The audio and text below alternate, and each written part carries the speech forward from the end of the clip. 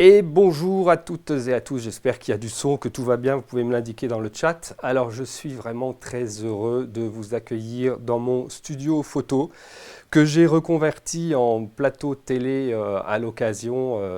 Il est évident que je suis tout seul pour manœuvrer tout ça, donc ça va être un petit peu compliqué, on risque d'avoir des petits soucis techniques, mais c'est pas grave du tout.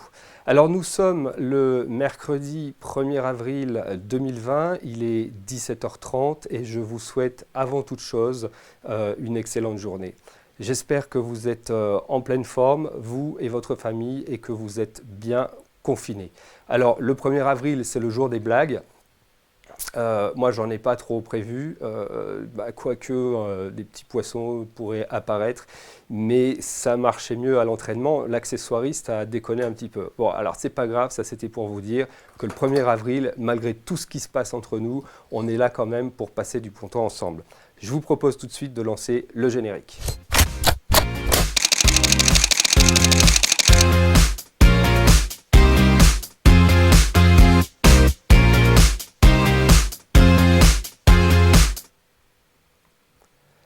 Voilà, alors welcome. Nous allons passer à peu près 1 heure ensemble et je vais vous parler de plein de choses.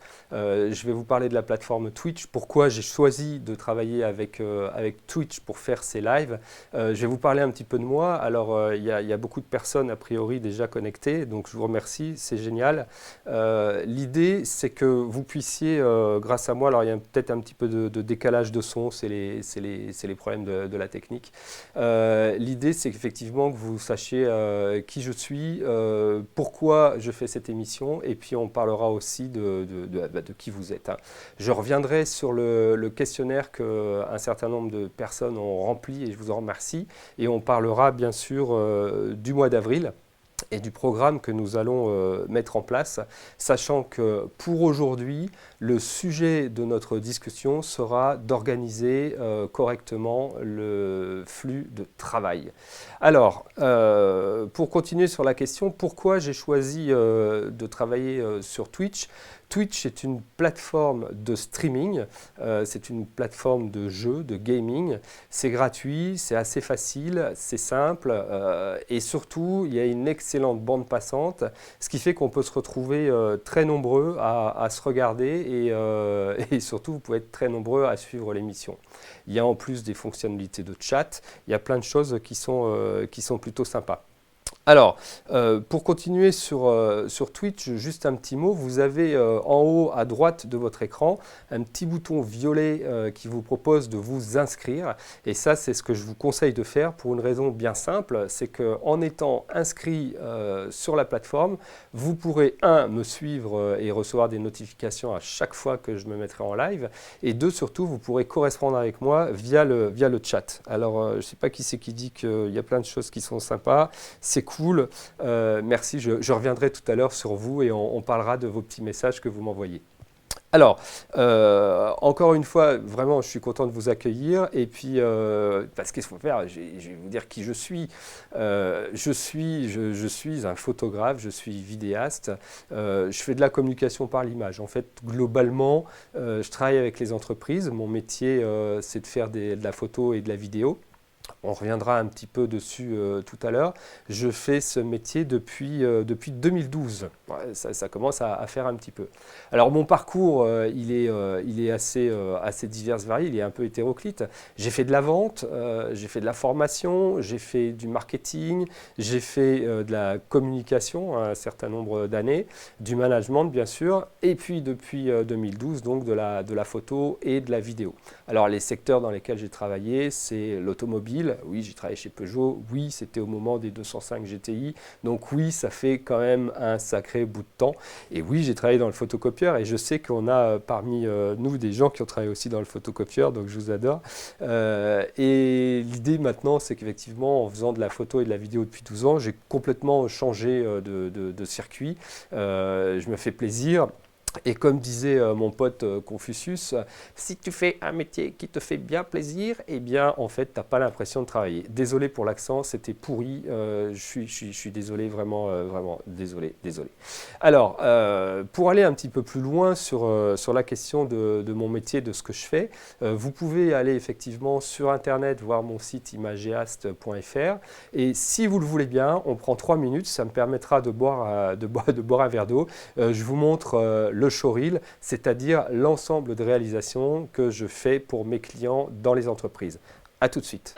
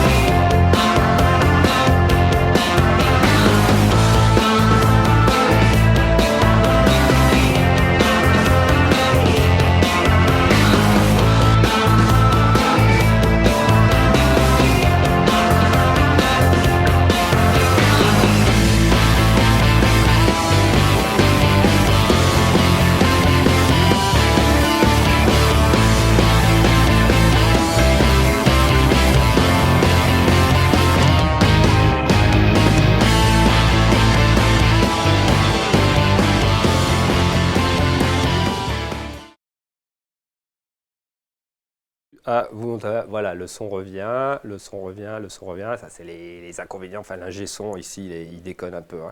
Alors, donc, voilà, ce que je voulais vous dire, je pense que là, tout le monde m'entend bien. Ce que je voulais vous dire, c'est que je suis très motivé. Pourquoi j'ai envie de faire cette émission? Tout d'abord, c'est que tout comme vous, pour beaucoup d'entre vous, je suis à la maison depuis 3 semaines, alors que j'ai l'habitude d'être tout le temps dehors, tout le temps chez mes clients. Donc j'avais envie de rester actif dans mon domaine d'activité. Voilà, donc je me fais plaisir. Ça, c'est la première des choses. La seconde chose, c'est que j'ai envie de partager mes petites connaissances que je peux avoir en photo et en vidéo. Et c'est venu un soir où je posais la question qui a envie d'en savoir plus. Et puis voilà, vous avez été nombreux à répondre. Donc je me suis dit, tant qu'à faire, je vais lancer un petit truc qui va être pas mal. Alors, créer une communauté, ce n'est pas forcément le but de la question. Mais si on est nombreux à suivre cette émission qui sera une émission hebdomadaire, ça va m'encourager à continuer, ça va m'encourager à faire de plus en plus, à essayer de vous surprendre et on pourra partager des choses très très chouettes ensemble. Et puis ensuite, c'est aussi pour moi l'occasion de tester mes connaissances en vidéo, en montage vidéo, en régie vidéo, en son, etc. Avec une émission que je veux être très très dynamique et qui va être un peu sympa à réaliser tout seul comme ça. Mais en tout cas, merci d'être là parce que vous êtes très nombreux et merci. Bonjour Nathalie ou Natiane, bonjour tout le monde. Voilà, alors je passe là-dessus. Donc vous avez bien compris que cette émission, elle existe simplement pour que l'on soit en mesure tous ensemble de partager, de discuter sur des choses. Donc n'oubliez pas, encore une fois, je le répète, de vous inscrire sur la plateforme Twitch pour pouvoir envoyer des messages dans le chat. Alors, maintenant, l'idée, justement, c'était de voir un petit peu qui êtes-vous. Donc, je regarde pour les gens connectés. Donc, je vois une Christina qui me dit que le son est bon. Donc, salut, salut, salut. Je vois un petit Arthur qui, lui, avait un problème de décalage. Donc, j'espère que c'est passé ce problème de décalage. Très probablement lié à la distance qu'il y a entre Carrières-sur-Seine et le Perreux-sur-Marne. La Marne, la Seine, hein, pourtant, on sait que ça fonctionne ensemble. Alors, il y a mon petit copain Virgile de Tenerife qui est là aussi. Et puis, comment je remonte dans le chat? C'est la première fois, hein, donc je regarde. Bien sûr, Marie Mardi, qui est une de mes supportrices la plus évidente. Et Jean, mon copain et mon assistant. Jean, tu me manques aujourd'hui. Si nous étions à deux, j'aurais beaucoup moins de problèmes, j'imagine, au niveau de la technique. Donc, du coup, tout ça pour vous dire que c'est très sympa de vous avoir tous ici avec moi. J'imagine qu'il y a encore plein d'autres personnes, mais qui ne se sont pas identifiées sur le chat, alors je ne peux pas les voir et je ne peux pas savoir qui est là ou qui n'est pas là. En attendant, on va passer à la suite. Alors la suite, c'est quoi? C'est le questionnaire qu'un certain nombre de personnes ont rempli. Donc merci déjà de vous être intéressé à la question. Si vous êtes là ce soir, c'est parce que pour beaucoup d'entre vous, vous êtes intéressés par la photographie, mais aussi par la vidéo. C'est ce que je vois sur les trucs. Alors après, je ne vais pas au niveau du niveau. Il y a des débutants, complètement débutants, une grosse majorité de débutants, et puis des photographes intermédiaires. Pareil en vidéo. Beaucoup de débutants et puis aussi pas mal de photographes ou de vidéastes en tout cas, qui je sais ont beaucoup de questions sur tout ce qui concerne le montage. Donc on reviendra dessus très certainement. Alors après, il faut dire que pour tout ce qui est du questionnaire, quand vous voyez les petits barèmes là sur la droite, les petits rectangles droits, c'est les centres d'intérêt qui vous ont tous plus ou moins motivés.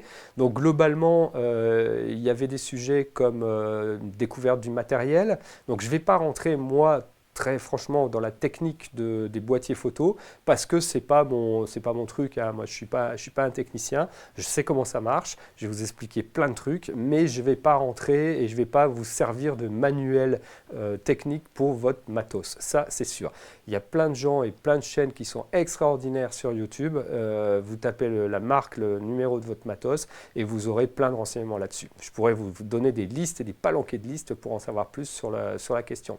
Alors, il y avait des sujets comme l'éclairage, il y avait des sujets comme le cadrage, la composition. On va tout voir, voilà, c'était ça la bonne nouvelle du jour, c'est qu'on va tout voir, on va parler de tout, que ce soit en photo ou que ce soit en vidéo.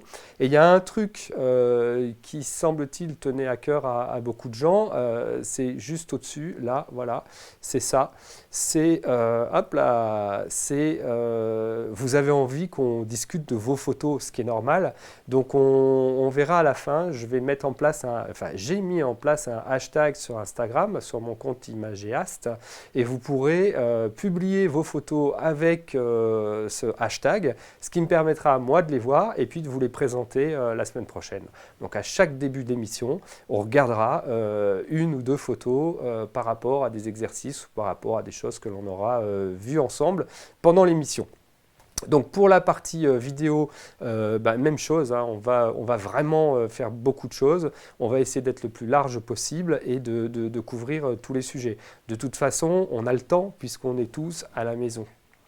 Alors, pour vous résumer l'ensemble du questionnaire, c'est qu'il va y avoir une émission consacrée à la photo, il va y avoir une émission consacrée à la vidéo, et nous allons traiter un sujet par émission, mais ce sujet sera traité en 360. On va essayer de voir un maximum de choses autour de ce sujet, et puis bien sûr d'être oh là là, oh, pardon, il ne faut pas que je lise en même temps en fait, parce que sinon je ne vois pas du tout ce qui se passe. Voilà, je dois rester concentré sur les caméras et pas sur le chat. Ça, voilà, comme ça, je vous le dis.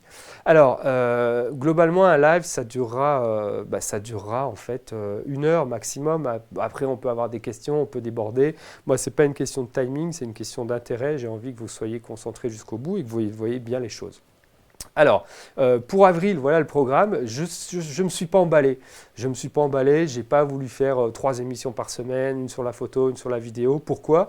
Parce que j'ai déjà eu ce type de projet et je sais qu'il est primordial d'être bon sur la durée et pas forcément de vouloir faire un feu d'artifice dès le départ et puis après d'arrêter, manque de temps. Il faut imaginer, et on l'espère tous, que l'on sera bientôt déconfiné. Je ne sais pas si le terme est bon, mais on sera tous déconfinés et quand on sera déconfinés, il y aura beaucoup de boulot, en tout cas en ce qui me concerne. Du coup, je continuerai à faire les émissions, mais forcément avec un petit peu moins de temps. Donc pour l'instant, j'ai décidé de faire des émissions le mercredi. Du coup, derrière, il risque d'y avoir des petits décalages entre les heures, les dates, etc. Mais a priori, ce sera à 17h30 pour la photo et à 20h30 pour la vidéo le mercredi d'après. Donc vous avez le programme ici, 8 avril, 15 avril, 22 avril et 29 avril, si mes yeux sont bons. Le programme de mai, ce sera la suite des sujets que nous voulons couvrir et dans lesquels on rentrera au fil de l'eau. Voilà, ça, on l'avait déjà vu. Alors là, maintenant, je vais aller redémarrer une caméra et en attendant de redémarrer une caméra, je vais vous mettre un petit instant de culture parce que j'ai aussi envie de vous partager des photographes que j'aime bien. Il y en a un qui s'appelle Henri, je suis sûr que vous avez deviné de qui je parle. Et là, je vais vous passer un truc qui est assez court, ça dure 1 minute. C'est le début du feuilletage de son livre que beaucoup d'entre vous connaissent. A tout de suite.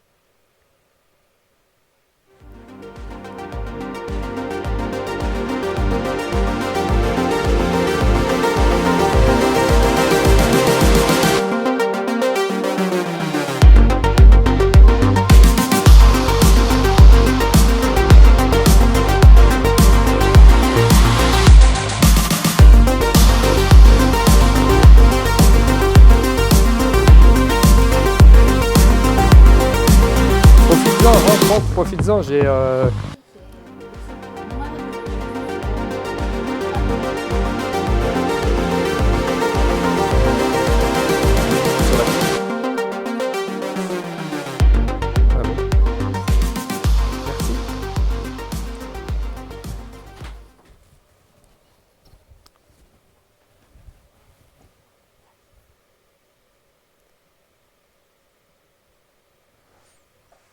Voilà, la caméra n'a pas redémarré.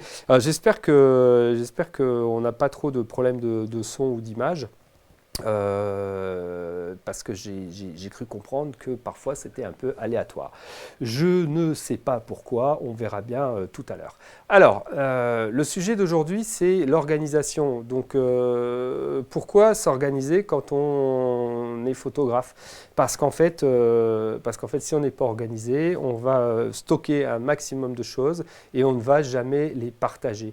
Du coup, la rigueur dans votre organisation va vous permettre de profiter plus de vos photos, de votre boulot. Alors, avant toute chose, il doit y avoir quelque chose qui est clair, c'est qu'il faut que vous fassiez votre inventaire pour savoir combien de photos vous faites tous les ans. Alors, moi, personnellement, j'en fais entre 30, 40, 50 000 par an. C'est mon boulot, c'est pour ça. Donc, vous en faites peut-être moins. Peut-être que certains en font plus, c'est possible. Hein. Mais pourquoi je vous dis de faire un inventaire? Parce que de l'inventaire, en fait, va dépendre le stockage que vous allez mettre en place pour pouvoir mettre toutes vos photos et les sauvegarder et ne pas les perdre. Voilà. Donc, du coup, juste pour vous donner une petite idée sur les tailles de fichiers, quand je dis que je fais 50 000 photos par an, avec des photos en RAW qui font entre 15, 20, 25 mégas, donc on va dire 20 mégas, ça fait globalement 1 Tera, c'est ça, ça fait 1 million de mégas, donc 1 million de mégas, ça fait 1 Tera. Ça veut dire que chaque année, ma production photo représente un disque dur d'1 téraoctet. D'où l'importance de bien les classer, de bien les trier, de façon à pouvoir en garder tant. Alors c'est ce qu'on appelle le workflow qui correspond entre le moment où j'ai pris la photo avec mon appareil et le moment où je vais la montrer à un client ou à ma famille, à mes amis, mes enfants. Voilà, tout ce travail qui est là doit être fait de façon organisée et rigoureuse. Alors, en termes de méthodologie, la première des choses à faire, c'est de synchroniser votre appareil photo.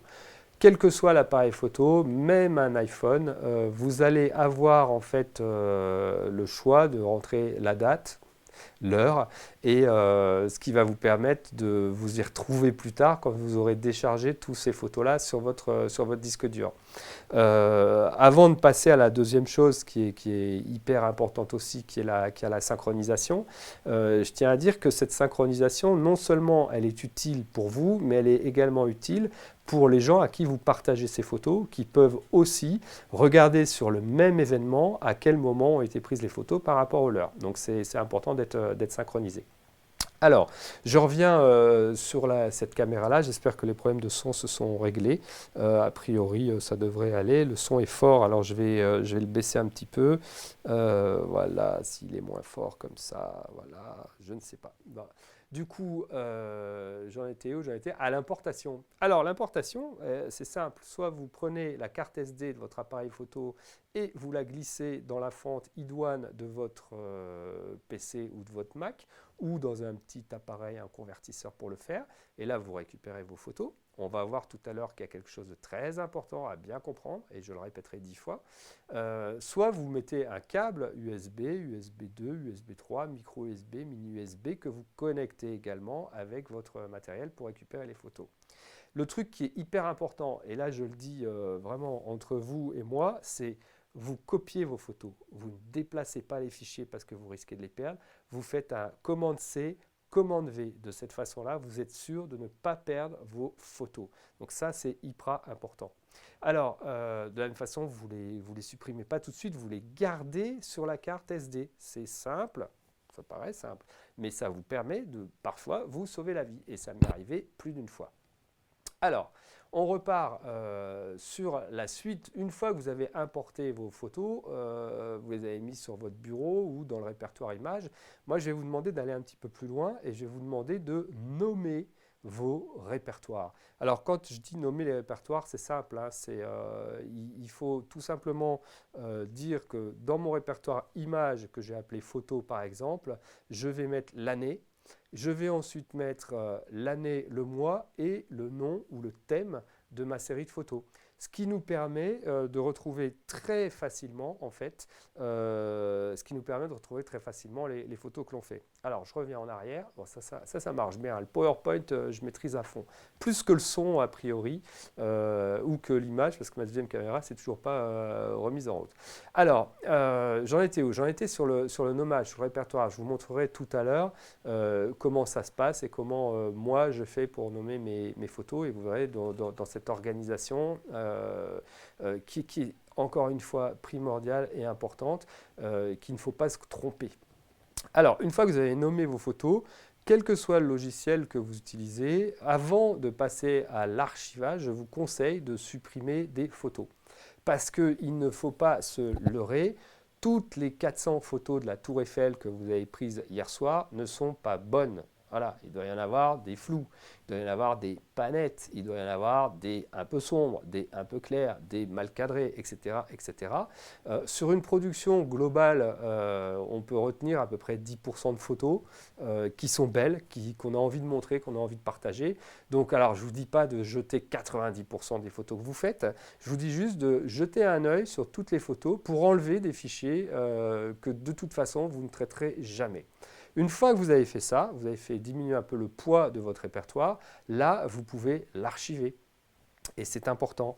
Là aussi, je le dis entre quatre yeux, l'archivage, c'est hyper important parce que ça vous permet de retrouver des photos quand votre disque dur a pété. Eh bien oui, parce qu'un disque dur, ça casse, et ça casse beaucoup plus souvent qu'on ne le croit. Moi, je dois être alors un cran de plus pour le son. Alors hop là, voilà, le son là, j'ai mis un petit cran, j'ai même mis 2 crans de plus. Est-ce que c'est bon comme ça?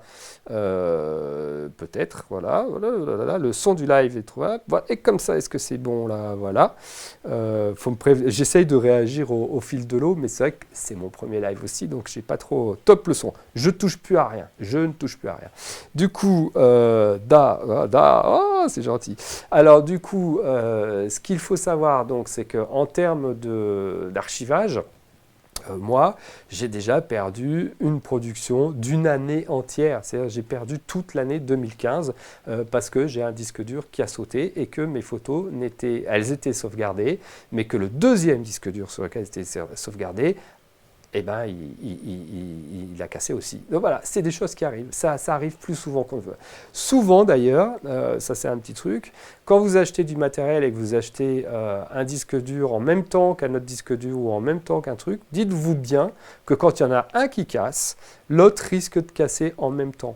Donc idéalement, il faudrait même acheter ces disques durs avec 6 mois d'écart, de façon à pouvoir réagir et avoir le temps de les remplacer sans tout perdre. Donc ça, c'était pour la partie archivage. Encore une fois, archivage important, primordial. Enfin, si ça, c'est pas rentré, je ne sais pas quoi dire d'autre. Alors du coup, derrière, vous allez les classer. Alors, je ne sais pas avec quoi vous travaillez, on fera une découverte de Lightroom ensemble. Lightroom, c'est un logiciel de catalogage que j'utilise moi, personnellement, depuis des années et des années. Lightroom a des avantages énormes, c'est qu'il gère tout le workflow dont je parlais tout à l'heure. C'est que, 1, vous cataloguez vos photos. 2, vous pouvez les classer. Vous pouvez, 3, les développer. Donc, c'est la chambre noire de l'argentique, dit-on très souvent. Vous pouvez effectivement les développer, c'est-à-dire les recadrer, on va en parler de la post-production, hein, mais faire plein de choses dessus, ajouter des filtres, etc. Et puis en plus de ça, il y a d'autres options qui vous permettent de créer des albums, de créer des galeries web, etc. Donc Lightroom, c'est un logiciel très complet d'Adobe, qui est en abonnement chez Adobe à un peu moins de 10 € par mois avec Photoshop, je précise, donc vous avez 2 logiciels pour le prix d'un. Je gagne rien en disant ça, mais je dis ça, je dis rien. Je pourrais, hein, éventuellement. Du coup, Lightroom, c'est un logiciel qui vous permet effectivement de mettre des petites étoiles. Alors, classer vos photos, ça veut dire quoi? Ça veut dire leur attribuer une note, une étoile, une couleur, un drapeau, ce que vous voulez, en fonction de l'usage que vous allez en faire. Je prends un exemple. Personnellement, quand j'ai dérushé mes photos, que j'ai supprimé les photos pourries, bah oui, ça arrive, je fais des photos pourries, eh bien il me reste des photos qui sont exploitables entre guillemets. Je ne vais pas donner 1000 photos à un client, il ne saurait pas quoi en faire. Je vais faire une sélection d'à peu près 200-300 photos qui seront réparties dans les différentes phases de l'événement, donc l'accueil, le dîner, le cocktail, le team building, etc. Dans chacun de ces sous-répertoires, je vais donner des étoiles à mes photos pour savoir quelles sont les photos que je veux donner à mon client. Une étoile, je garde et je lui donne. 2 étoiles, je garde, je lui donne et je la garde pour moi pour mettre dans mon book, par exemple. 3 étoiles, je la garde, je la donne au client, je la garde pour la mettre dans mon book et la 3e étoile fait que si jamais un jour je cherche une photo à exposer sur le terme du mec en costard cravate qui est sur une scène et qui a la larme à l'œil parce qu'il vient d'annoncer que la boîte va mal, ou qu'elle va bien, hein, parce que ça va aussi dans les deux sens, et ben voilà, j'aurai ce classement-là pour mes photos. Donc voilà, le classement, c'est un truc qui est indispensable. Vous pouvez aussi indexer vos photos avec des mots-clés. Le plus simple, c'est pas de se prendre la tête, hein. Quand vous faites du paysage, vous mettez paysage, et après vous pouvez mettre un deuxième mot-clé, mer ou montagne. Après, s'il y a un oiseau sur la photo, vous pouvez mettre oiseau, en plus de ce mot-clé-là, etc. Mais restez simple, décrivez vraiment la photo. Ne cherchez pas à avoir des classements trop compliqués parce que vous ne vous y retrouverez pas.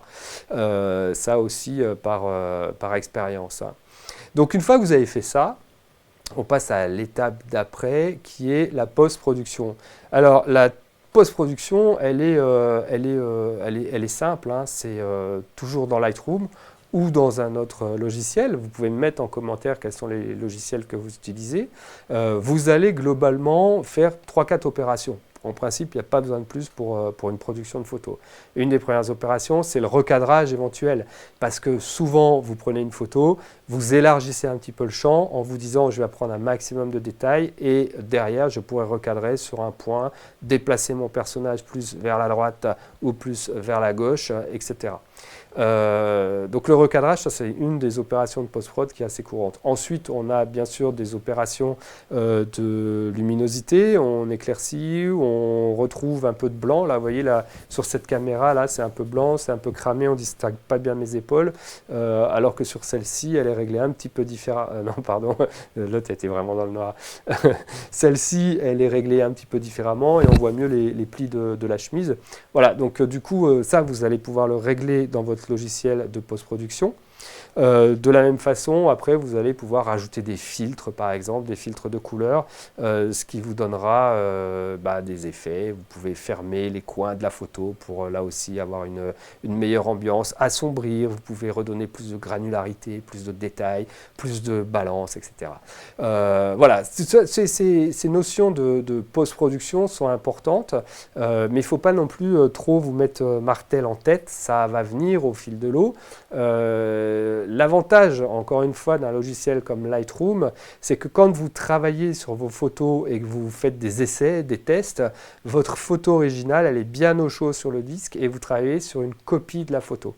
Donc ça vous permet de toujours pouvoir revenir au fichier original, même si d'un seul coup vous avez pété un plomb, vous avez tout mis en bleu foncé, par exemple, ça peut arriver, ou que le filtre là ne correspondait pas du tout. Donc voilà, mais il y a plein d'autres logiciels aussi qui font la même chose. Moi je vous parle de ce que je connais. Alors tiens, d'ailleurs, ça c'est un truc pour toutes les formations, je ne vous parlerai jamais de ce que je ne connais pas, parce que ce serait un peu ridicule et ambitieux de ma part de vouloir tout savoir. Donc ensuite, on a géré les photos, on va les exporter. Donc pour les exporter, là aussi c'est hyper simple, hein. Vous choisissez quel est l'usage que vous allez faire avec votre photo. Donc, si la photo de la Tour Eiffel, elle est faite pour être exposée, donc vous allez faire un grand format, un grand tirage, à ce moment-là, vous allez effectivement l'exporter par exemple en 300 dpi et dans sa taille originale. Voilà. OK. Si par contre votre Tour Eiffel, vous allez simplement la poster sur une galerie web, ça ne sert à rien de mettre sur la galerie web un fichier de 20 mégas, de 50 mégas ou de 100 mégas. Vous allez donc réduire la taille de votre photo, et tout ça c'est dans le module d'exportation des logiciels, et vous allez exporter un JPEG à 72 dpi qui correspondra à la définition super belle pour une galerie photo. Donc voilà.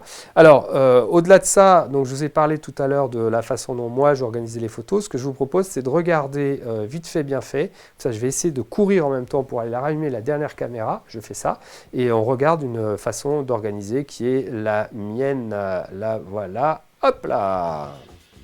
On se retrouve donc sur le bureau, je vais dans le Finder et là je vois qu'effectivement j'ai ma structure de documents avec un répertoire images dans lequel je vais retrouver le répertoire que j'ai créé avec l'ensemble des photos, à l'intérieur duquel on retrouve le répertoire de l'année en cours ainsi que le répertoire d'export de 2019 et de 2020. La même chose a été créée sur le NAS, c'est-à-dire sur le disque dur à distance qui s'occupe des sauvegardes. On retrouve le répertoire Imageast Photo, à l'intérieur duquel on va avoir l'ensemble des répertoires d'export depuis 2013 et l'ensemble des répertoires de photos depuis 2010. La structure d'un répertoire annuel, elle est exactement la même. Donc j'ai l'année, le mois et la mission. Ça me permet de retrouver facilement mes petits. Dans ces répertoires, il n'y a que des RAW, c'est-à-dire les fichiers originaux. Les répertoires d'export, eux, comportent les mois de l'année 2019 avec les missions et tous les dossiers qui ont été exportés. Donc par exemple, en juin, je vais retrouver le dossier de cet événement qui a eu lieu en Grèce. Et là, en l'occurrence, je n'ai que les JPEG, c'est-à-dire toutes les photos qui ont été exportées après la post-prod. Voilà.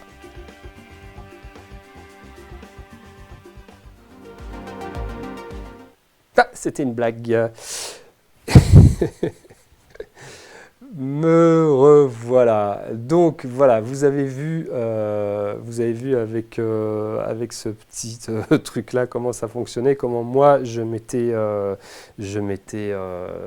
organisé avec mon NAS, etc. pour essayer de ne pas perdre mes photos. Alors je suis content parce que la caméra principale est revenue. En fait, il y a des choses qu'il faut faire, c'est par exemple ne pas enlever le mode économie de l'appareil photo. Ça, c'est quelque chose qu'il ne faut pas faire, sinon la caméra elle s'éteint au bout d'un certain temps. Surtout que là je filme avec un appareil photo, donc ça pourrait intéresser ceux qui sont chauds sur la question. Je pourrais en discuter un petit peu plus. Bonjour Oscar.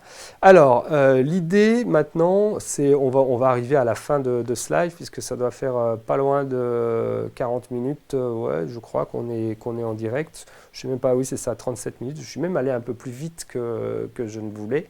Est-ce que vous avez des questions, sachant que on est deux à pouvoir y répondre, hein. Je vous rappelle qu'on est le 1er avril. Donc là, je regarde sur, sur le live. Est-ce que vous avez des questions particulières par rapport au sujet qu'on vient d'aborder là, ou par rapport aux futures émissions, ou par rapport à mon métier, ou par rapport à ce que vous voulez. Je suis open on the question via le chat pour ceux qui sont connectés. Alors, on mate le truc. Tac, tac, tac. Je suis là. Alors, top Momout, ça, c'est pas une question. Top leçon, ça me rassure. Tac, tac, tac. Coco. Ah, salut Coco. Alors, Clo-Clo-Vuche68, c'est mon beau-frère que j'adore, le mari de ma sœur que j'aime beaucoup. Voilà, donc je vous fais des bisous en Alsace. Vous aussi, soyez prudents, stay home et tout ça, hein. Voilà, les petits globules blancs, ils doivent bien fonctionner. Alors, est-ce qu'il y a autre chose? Tac, tac, tac. Donc, des questions, pas de questions. Ah, il n'y a pas de questions, c'est normal, hein, c'est normal, vous êtes certainement autant intimidé que moi pour poser des questions. Ou alors, depuis tout à l'heure, il n'y a pas de son et personne ne m'entend. Ça, c'est possible aussi. Vous m'entendez? Là, j'arrive bien à le faire. Désolé totalement à la bourre. Bon, bah, c'est pas grave, Chick, on se verra une prochaine fois. L'image revient, oui. Alors voilà, ok, bon, là, je suis juste génial. Non, merci, je n'irai pas jusqu'au bout de ça. Mais merci beaucoup. Alors, donc bon, on va pas non plus épiloguer pendant super longtemps. Si vous n'avez pas de questions, c'est pas la peine que je vous mette ça. Moi, ce que je vous propose, c'est déjà, tiens, une petite note d'humour. Si vous avez 3 minutes, je vais juste vous montrer un truc parce que comme on est tous en confinement, on a tous tendance à faire beaucoup d'apéros, à faire beaucoup de cacahuètes, à faire des vidéos apéros, etc., etc. Et donc faites attention parce que en fait, quand les animaux sont confinés, ça peut donner ça. À tout de suite.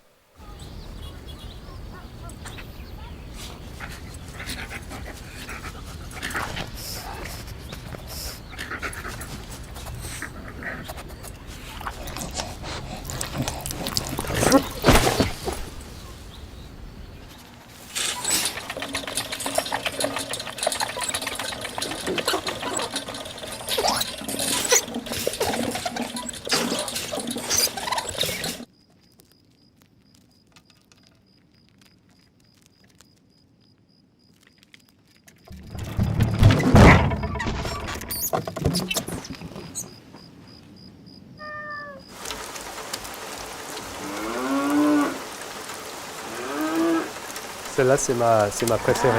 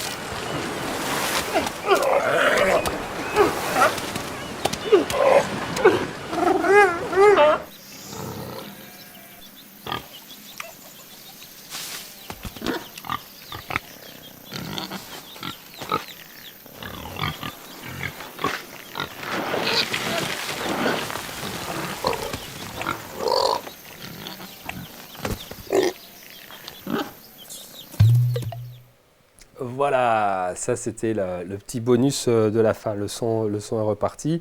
J'espère que ça vous a bien fait rire. Donc cette première émission s'achève, il va y en avoir une deuxième, ce sera mercredi prochain. Nous parlerons de photos, nous parlerons de matériel, je vous montrerai plein de choses sympas. Alors d'ici là, vous pouvez encore une fois vous connecter sur Instagram, qui est juste là en fait, hein, vous le voyez par ici, voilà, l'Instagram Imagéast, et vous pouvez publier vos photos avec le hashtag live Imagéast de façon à ce qu'on puisse les voir et les retrouver. L'idée encore une fois, c'est qu'on partage ensemble des choses, donc n'hésitez pas à me poser les questions que vous voulez pour pouvoir y répondre dans les sujets et vous faire bénéficier de ma petite expérience que je peux avoir en tant que photographe vidéaste depuis une douzaine d'années. Donc ok, je vous souhaite une excellente fin d'après-midi. Je vous dis merci de votre attention et restez chez vous. Ciao ciao, générique.